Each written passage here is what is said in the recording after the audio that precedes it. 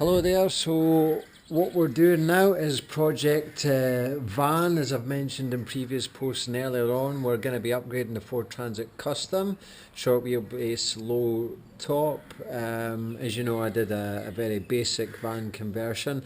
That's all been taken out, ripped out, and now we're going to go the full hog. So I'll show you what we've been doing so far. Everything's been marked out. So if we have a look, so this here is going to be the bed. So it's going to be a bit bigger than a single bed. So basically you can top and tail if required. So one person here, one person there. This is going to be a drawer section that pulls out this way. This will be a long drawer section that pulls out this way.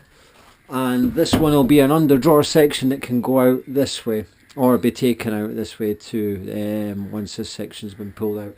So this is just a rough marking of the height of where the bed will be. Here will be entrance and basically a small area. Now this will be the kitchen area. So leisure battery to power everything will go here.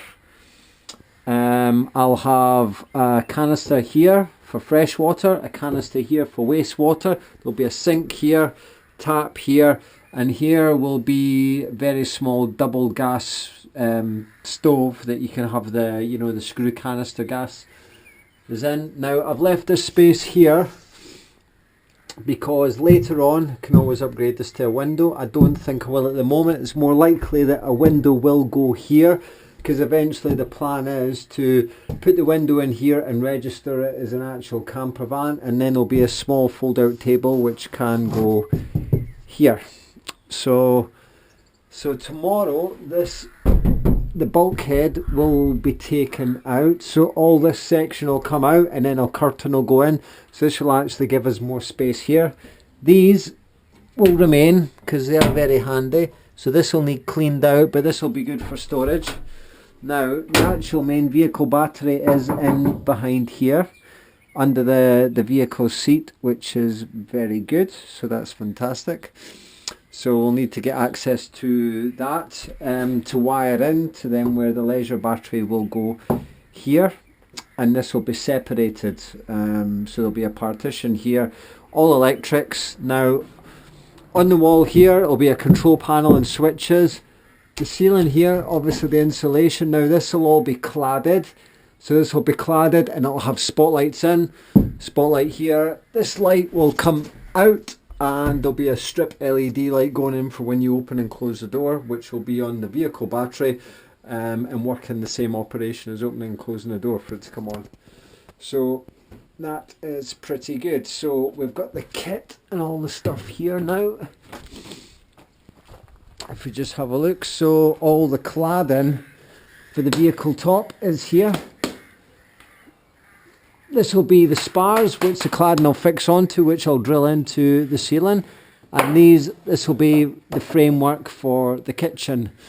Now the whole vehicle will be lined, with the exception of the cladded ceiling, with this covering. And we also have, where are we, the lino, which will be for the floor. So we've seen this before. This is the lino for the vehicle. So round here we have the leisure battery. Now the difference between a leisure battery and a standard car battery is a leisure battery takes longer to charge, but it disperses the power over a much slower period of time and lasts a lot longer, depending on the amount of amps that you're going to run in the vehicle. Now a top tip, when you purchase a leisure battery or a battery, it has what's called a bung for transportation. It is exceptionally vital and necessary that you remove this bung immediately upon arrival, because if you don't, the pressures in the battery can build up and the battery can potentially explode. So I've already removed it, but there's a small red bung in here. It looks identical to this one, but this one stays, and the red bung is in here, and you just pull it out with a pair of pliers. Severe danger. One and remove bung, red plug immediately after receiving the battery. Do not use fixed or charge the battery with the red bung plug on. Ignorance may lead to explosion of that. So it's not an exaggeration, it can happen. Here we have the sink. So this is the sink and the plumbing kit. Here we have some cables, some wiring, fuses, extra battery terminals. What do we have here? So 1 minute. So here we go. This is just a hand pump tap. So this is the pump tap for the sink, which can be located, and it'll just pump in, and that'll be fixed to the fresh water via pipe, etc. Here is my basic wiring diagram, which has been drawn out, relay, etc. This is like an overview of the vehicle. This is where the spotlights will go. Please excuse the drawing, it is exceptionally crude. This is a plan, it's the heights and measurements. It is crude, but you know, I'll kind of wing it a little bit and I'll get it right. This is a control section. So this has got 2 USB chargers, a 12 volt, I don't like the word cigarette lighter charger, but it's got a 12 volt connection, cigarette lighter type, and it also has the voltmeter, which tells me how much power I have left in my leisure battery.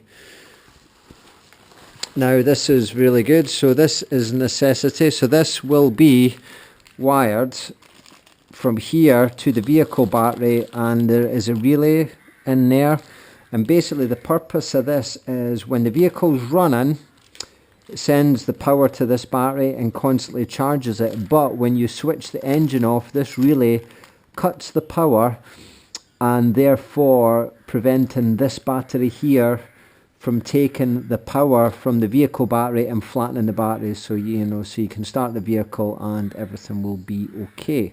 So it's exceptionally good, and eventually with the possibility of solar panels to go on the roof, it'll add additional power, so it's constantly charging. So this is a vital piece of kit if you do not want to flatten your vehicle battery when you're running all the power in the back of the vehicle without the vehicle being turned on. So excellent. So we've pretty much got everything. You can see all this tomorrow, and it's going to be fun, and probably a lot of swearing in the process as well.